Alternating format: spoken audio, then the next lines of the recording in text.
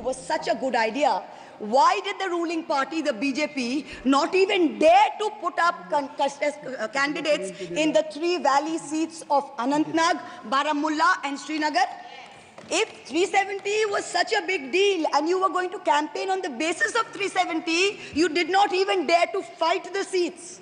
The Kashmir Valley has voted in MPs who were against your 2019 decision.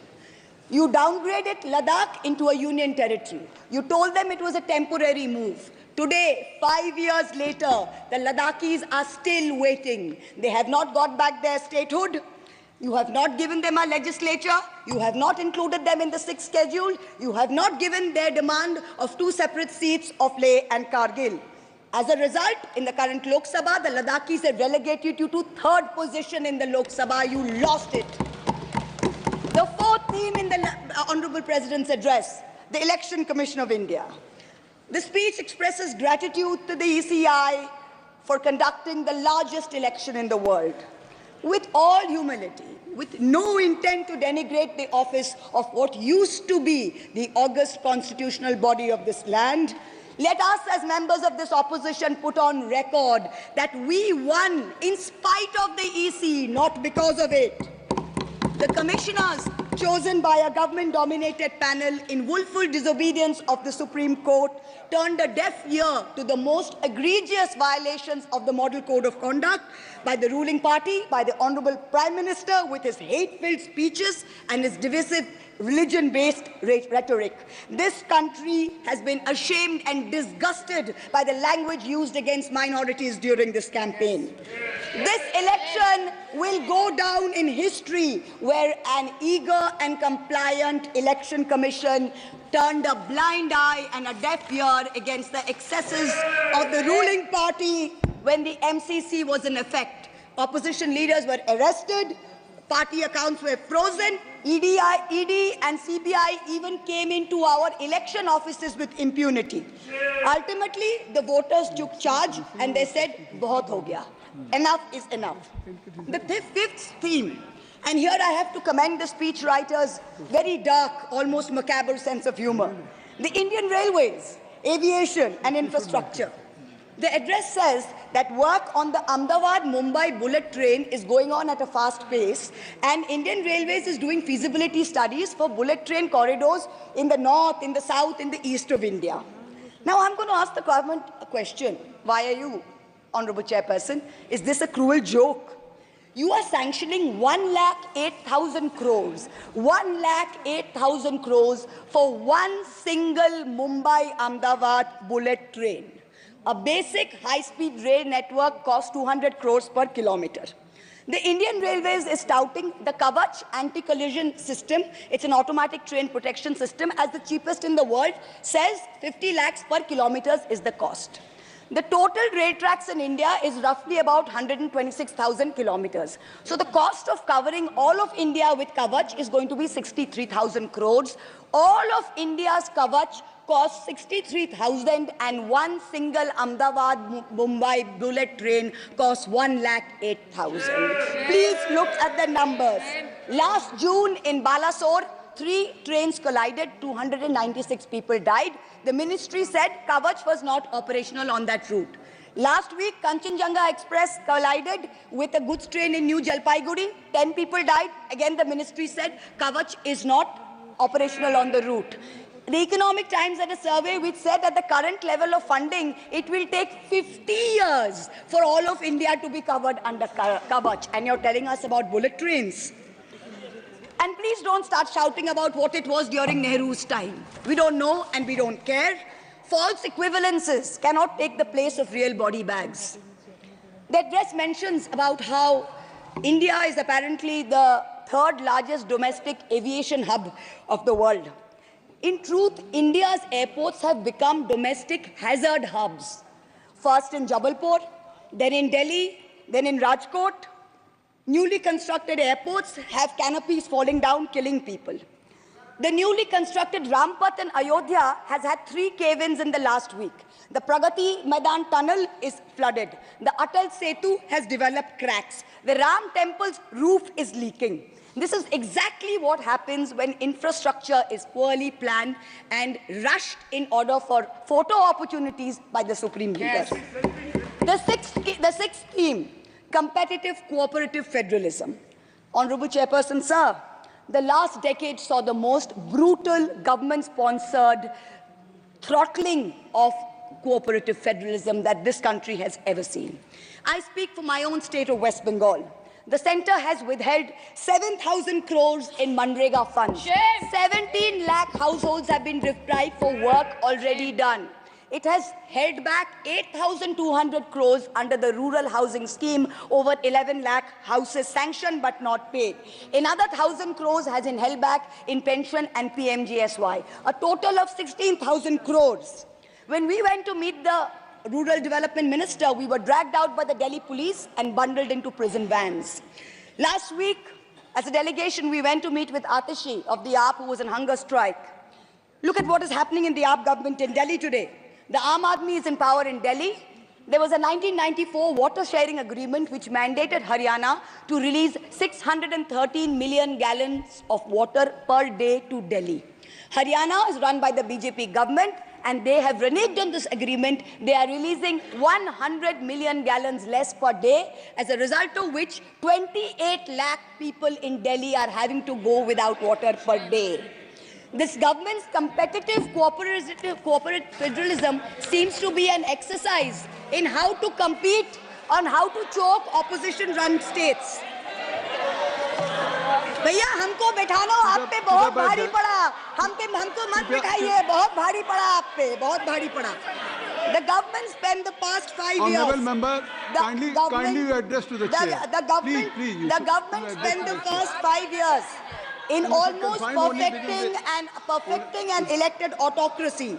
And by the end of 2023, this government had reached the pinnacle of their arrogance, where this parliamentary democracy was replaced by a monstrous super cult, the cult of the supreme leader, the non-biological leader born of the Paramatma, who stood in this house and proclaimed, "Abke baar 400 par, and ek akela kitno pe bhari pada."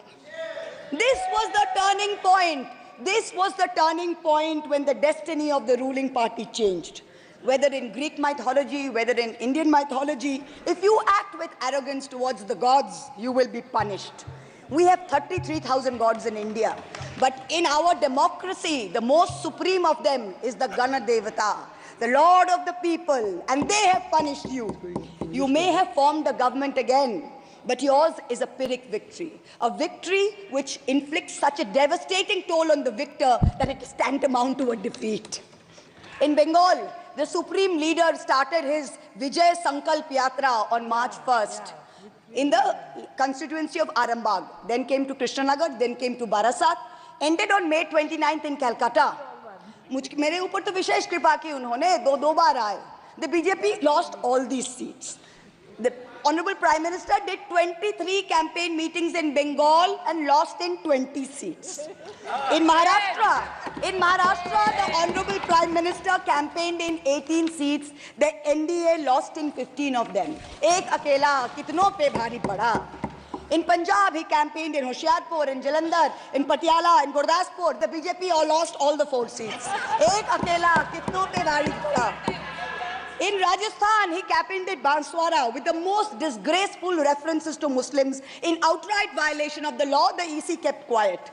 Not only did the BJP lose Banswara by over 2 lakh votes, the BJP, which had won 25 on 25 in 2019 and won the state government only months ago, came down to 14 seats. Ek akela kitno pe bhari pada. 3 states, Uttar Pradesh, Maharashtra and Bengal, account for 170 seats. That is exactly 1/3 of India. The BJP won in only 54 of them. Ek akela kitno pe bhari pada. In 2019, the Prime Minister, the Honorable Prime Minister, had taunted the now leader of the opposition by saying that he must have used a microscope to find that one single seat in India where the minority were in majority.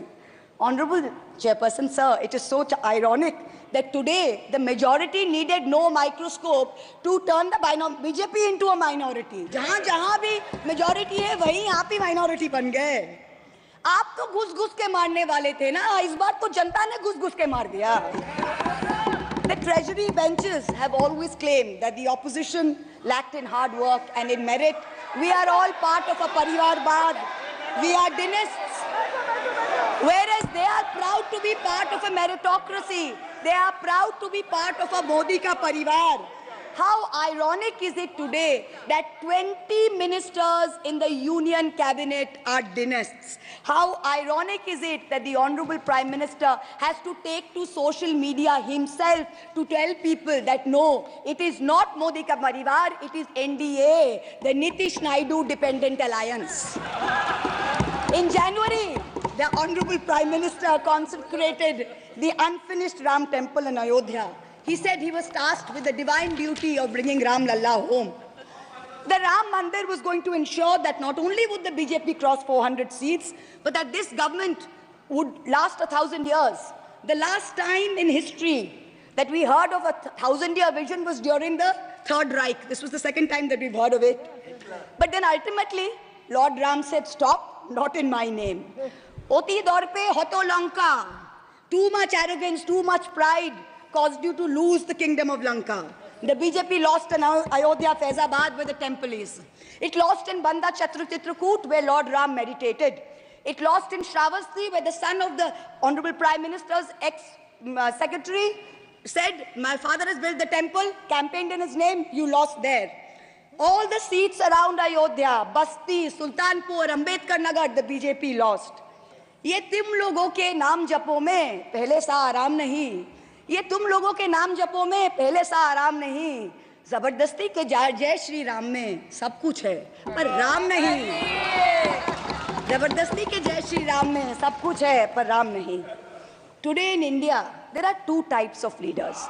Those of us who come via the voting machine, and then there are many who come via the washing machine. There are still people who say, wait, you don't know Modi ji. Wait 6 months and see. The BJP will get 300 members. To them I say, no, this will not happen this time. Because every potential turncoat will have to choose between temporary greed or fear and between permanently becoming politically irrelevant. So you can offer you can accept a temporary offer of a ministry, you can accept a temporary settlement of an existing trumped-up CBI or ED case, and you can switch parties. But when you go back to the electorate will punish you. Most turncoats have been punished by the electorate. Also this time, India has very large, solid block components. The Congress has 100 seats. SP has 37 seats. Trinamool has 29 seats. DMK has 22 seats. NCP and UPTA have 17 seats. So this is not a ragtag bunch of members that you can lure away. This is a solid block. So yes, it's a question of time. But the question is not whether they will get 300. The question is when people will join us and we will cross 272. The ruling party's politics have always been along the lines of religious hate and ethnic divisiveness. But even at the height of their power, when they got 303 seats, 1 out of 2 Hindus had not voted for the BJP. This time, even in their core Hindi heartland, their core voters have deserted them. The Muslims in India, over 250 of them, called infiltrators, called terrorists in the land of their birth, waited silently, patiently, and bided their time. And in one voice during this election, in every state, they stood up and they told the government, and I quote the poet Puneet Sharma, Hindustan se mera seedha rishta hai.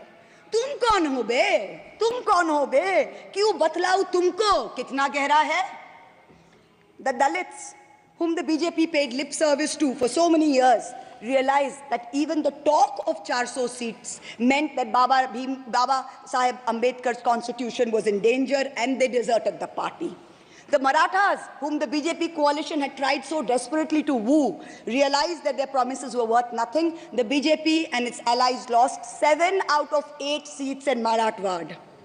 The Jats, the careers of their youth at risk with this ill-conceived Agniveer scheme. Their farming livelihoods threatened, their female wrestlers manhandled. They vented their ire at their anger, their ire at the ballot box. Ultimately, it was the BJP's policies of exclusion, not inclusion. You wanted to exclude everybody, and that was your undoing. You didn't need Muslims. You trampled on Dalits. You ignored farmers. You ignored Jats. You marginalized Kashmiris. Well, they consolidated their voice during this election pan-India. And today, they don't need you. That's the message they've given you during this election. ये देश ही अपना हासिल है जहां राम प्रसाद भी बिस्मिल है मिट्टी को कैसे बांटोगे सबका ही खून तो शामिल है That's what they said. You can't divide us. You can't do it anymore. This new India, this new frame of reference is going to be very hard for a lot of interest groups. Perhaps the first casualty is the legacy media. The Godi media was its own worst victim. The brown-nosing TV anchors and online trolls lied, spread fake information, amplified the government's propaganda. So-called psephologists who actually had printing contracts from the government of India. உடனுக்குடன் செய்திகளை தெரிந்து கொள்ள Sun news bell ஐகானை click பண்ணுங்க.